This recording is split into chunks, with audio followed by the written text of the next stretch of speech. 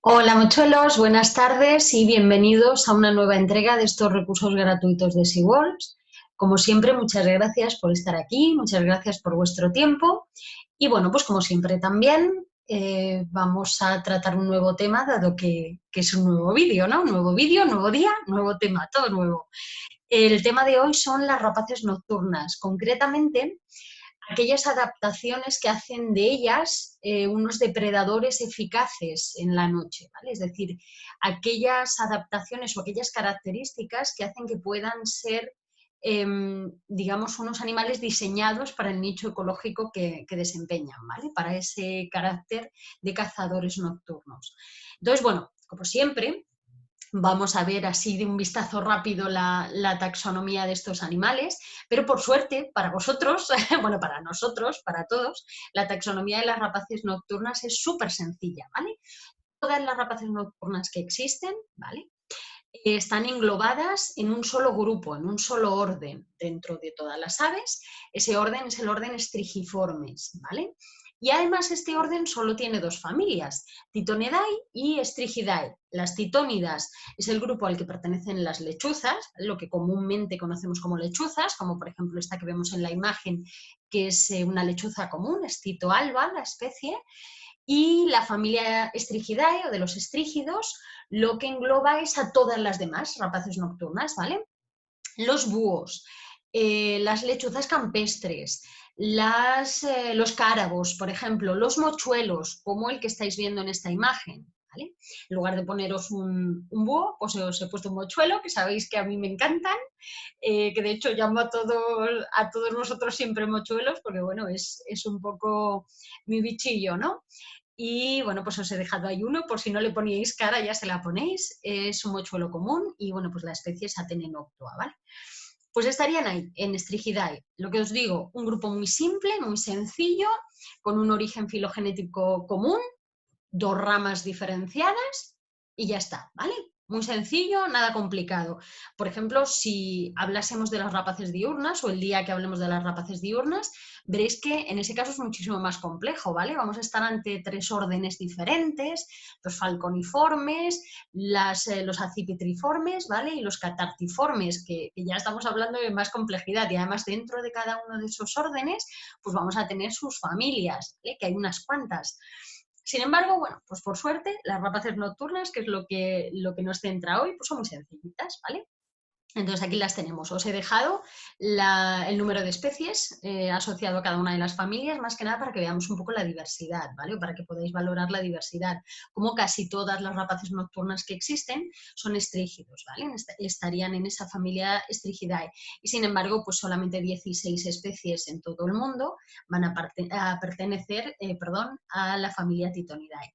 Dicho esto, vamos a ver aquellas características que hacen de todos estos animales unos cazadores eficaces en la noche, ¿vale? Lo primero que quiero explicaros es que uno de los grandes puntos o de las grandes adaptaciones que tienen las rapaces nocturnas es su sigilo. Pensad que por la noche la visión no puede ser un grandísimo órgano de los sentidos, ¿vale? O sea, vamos a tener animales con buena visión, pero lo que prioriza por la noche, dado que estamos a oscuras, suele ser el oído. ¿Vale? Entonces no tenemos animales con unas grandísimas visiones, sino que tenemos animales con grandísimos oídos. Lo que no significa que no puedan tener también buena visión, ¿vale? Pero lo principal, lo más relevante para los animales de la noche va a ser el oído, ¿vale? No la vista, el oído. ¿Qué significa? Que tienes que ser silencioso si quieres ser un depredador de la noche, porque si eres un animal que monta ruido, ¿no? Que monta escándalo, pues muy sigiloso no vas a ser y mucho éxito como depredador pues no vas a tener, ¿vale? No sé si alguna vez habéis tenido la oportunidad de ver buitres de cerca, pero bueno, yo colaborando en algunos censos sobre todo de buitres y de alimoches hace años, sí que he tenido bueno, pues la oportunidad de a veces estar muy cerca de buitreras y ver buitres pasar muy cerca de mí. Y cuando un buitre pasa cerca volando, hace un ruido de ¡vum! ¿Vale? Como si, yo qué sé, parece un avión de pasajeros, aquello pasándote al lado, ¿vale? Hace muchísimo ruido. Sin embargo, cuando uno sale por la noche al campo y está haciendo una espera, por ejemplo, y escuchas a un búho o a un cárabo cantar por la noche, lo escuchas a lo mejor aquí colocado, ¿no? en un punto, y unos segundos después suena unos pocos metros, pero digamos, se ha movido unos pocos metros, ¿no? Eres consciente que se ha movido, pero tú no has oído absolutamente nada. Y sabes fehacientemente que es el mismo individuo, ¿vale? Son animales muy territoriales. Entonces, vas percibiendo cómo se mueve simplemente por cómo cambia la procedencia de su llamada, pero en absoluto eres capaz de escuchar cómo vuela. Y eso es básicamente por una adaptación que tienen las plumas de las rapaces nocturnas. En lugar de tener unos bordes lisos, rectos, con un acabado, digamos, uniforme, tienen el borde de sus plumas desflecado. No sé si apreciáis cómo las plumas están como, digamos, como si tuvieran como pequeños pelillos en el acabado de esas plumas, ¿vale? Por ejemplo, por aquí se aprecia bastante bien. Eso lo que les otorga es la capacidad de amortiguar el sonido, ¿vale? Porque lo que hace es amortiguar la fricción con el aire, de manera que cuando baten sus alas no producen sonido alguno, son extremadamente silenciosas, de manera que pueden moverse por la noche sin alertar a sus presas de que están presentes, ¿vale? Bueno, eso es la primera de las características. La segunda es que aunque os he dicho que la noche es un mundo de sonidos, ¿no? Donde normalmente el órgano más importante de los sentidos de los animales nocturnos va a ser el oído, también la visión es importante, ¿vale? Es decir, si tú puedes localizar a tus presas por el oído, como va a hacer una rapaz nocturna, pero además apoyarte en una buena visión, aunque no sea tu principal órgano de los sentidos, pero tienes una buena visión, vas a ser doblemente eficaz. Entonces, una de las características que tienen son unos ojos extremadamente grandes, ¿vale? Fijaos lo grande que son los ojos. Ahora vamos a ver, dentro de un momentito, un cráneo, el esquema de un cráneo de tipo, ¿no? De rapaz nocturna, y vais a ver lo grandes que son las cuencas oculares, ¿vale? Extremadamente grandes, porque sus ojos son muy, muy grandes, de manera que sean capaces de aprovechar al máximo la luz, la poca luz, ¿no? Que hay en el entorno nocturno y tener una visión lo más eficaz posible a pesar de esa oscuridad, ¿vale? Entonces, tienen buena visión. Os digo que aunque el oído sea lo mejor que tienen en cuanto a sentidos, su visión es buena también.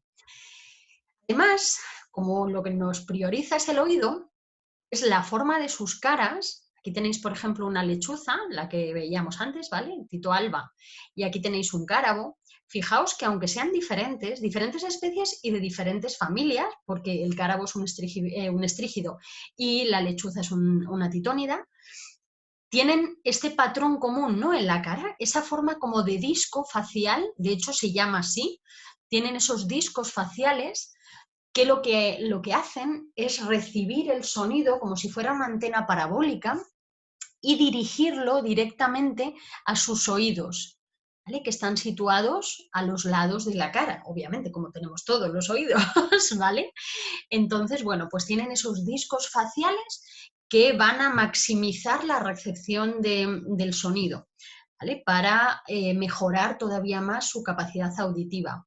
Os decía, vamos a ver este esquema de un cráneo. Mirad, aquí tenéis la cuenca ocular de uno de sus ojos, ¿vale? Y aquí está la cuenca ocular del otro. Fijaos que son enormes los ojos que ocupan la mayor parte del cráneo.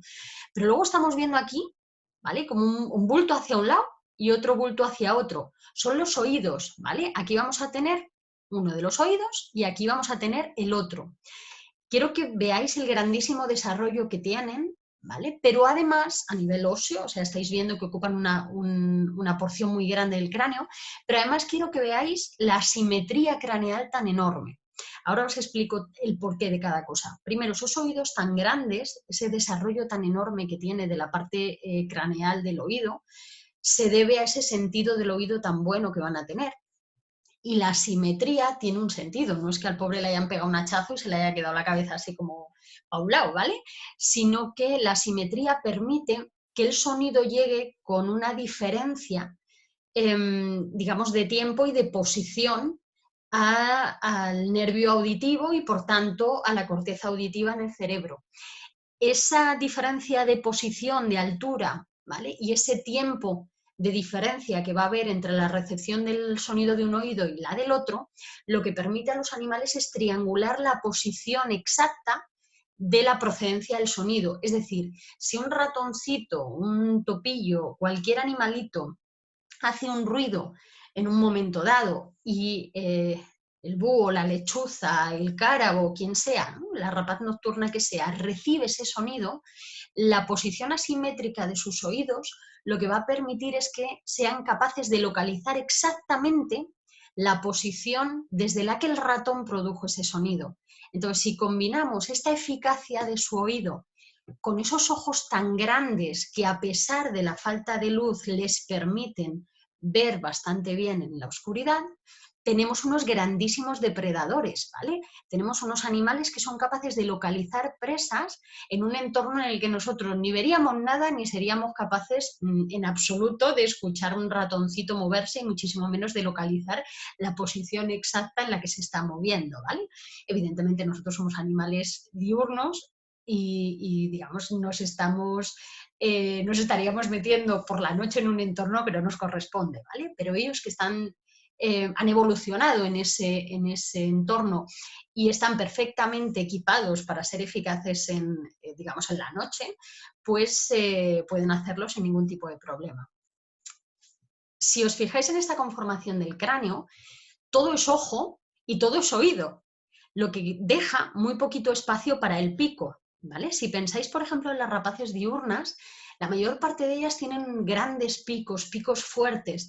Sin embargo, las rapaces nocturnas, las pobrecitas, pues tienen unos piquitos débiles, pequeñitos, ¿vale? Muy finitos, sobre todo. No por nada, quiero decir, no porque no sería estupendísimo tener un pico enorme y ser un destroyer. Básicamente es porque no tienen espacio en su cráneo para poder albergar un pico con mayor desarrollo. Entonces, eso, bueno, pues estos grandes ojos y esos oídos tan desarrollados les supeditan a tener que tener unos picos mucho más pequeñitos, mucho menos desarrollados. Y eso tiene consecuencias, ¿no? La consecuencia fundamental es de lo que te puedes alimentar, ¿vale? Una rapaz nocturna no es capaz de cazar una presa de gran tamaño y despedazarla, arrancar pedazos, como haría una rapaz diurna, sino que las nocturnas lo que van a hacer es capturar presas enteras y, capturar presas pequeñas y tragárselas enteras, ¿vale? No sé si apreciáis ahí las patillas de un pollito que está engullendo completamente entero. Claro, eso tiene una serie de implicaciones. Cuando tú te tragas una presa entera, te estás tragando no solamente la carne, ¿vale? No puedes seleccionar la carne y engullirla, sino que te tragas carne, te tragas pelo o plumas, depende del tipo de alimento que estemos consumiendo, y te tragas también los huesos. Entonces estás tragando elementos de difícil digestión y, sobre todo, ya no solo es que tengan difícil digestión, sobre todo que van a aportar nutricionalmente muy poco, ¿vale? Especialmente para lo que te va a costar digerirlos. Entonces tienen una estrategia, las rapaces nocturnas, que es la producción de gagrópilas. Las gagrópilas, bueno, pues son esto que estáis viendo aquí, ¿vale? Aquí tenéis una. Básicamente es una pelotita que hacen en su digestivo con todo aquello que no es apto para la nutrición, por así decirlo, ¿no? Con ese pelo o esas plumas, los huesos, todo aquello que no van a digerir, los dientes, los picos, o si están, por ejemplo, consumiendo artrópodos, que también lo hacen, insectos, pues, por ejemplo, con todos los exoesqueletos de quitina, que también son muy duros, ¿vale? Ese esqueleto del insecto, pues lo compactan todo y lo que van a hacer es regurgitarlo, ¿vale? Entonces ellos consumen una presa, se van a su posadero, se quedan allí, la digieren y, una vez que la han digerido, compactan todo lo que les sobra, lo vomitan, lo regurgitan y pueden volver a salir a cazar, ¿vale? Entonces, bueno, pues aquí veis el aspecto, está un pelín abierta ya, pero el aspecto de una gagrópila es básicamente como una especie de croquetilla de pelo o plumas y de huesos. Aquí estamos viendo, por ejemplo, un incisivo de un micromamífero, de un roedor, ¿vale? Y parte de su cráneo. Vemos huesos largos también, ¿vale? O sea, estaría todos los huesos del esqueleto, el esqueleto completo del animal que se haya comido. Y bueno, pues aquí, por ejemplo, os dejo una imagen de cómo están, ¿no? Cómo podemos sacar, esto es una gagrópila básicamente que hemos abierto y hemos sacado todo el contenido, bueno, es el contenido en realidad de varias gagrópilas, pero es para que veáis, ¿no? Cómo van a salir los huesos, los cráneos, pues a veces salen fracturados, pero mirad, por ejemplo, este, que está completamente entero, estamos viendo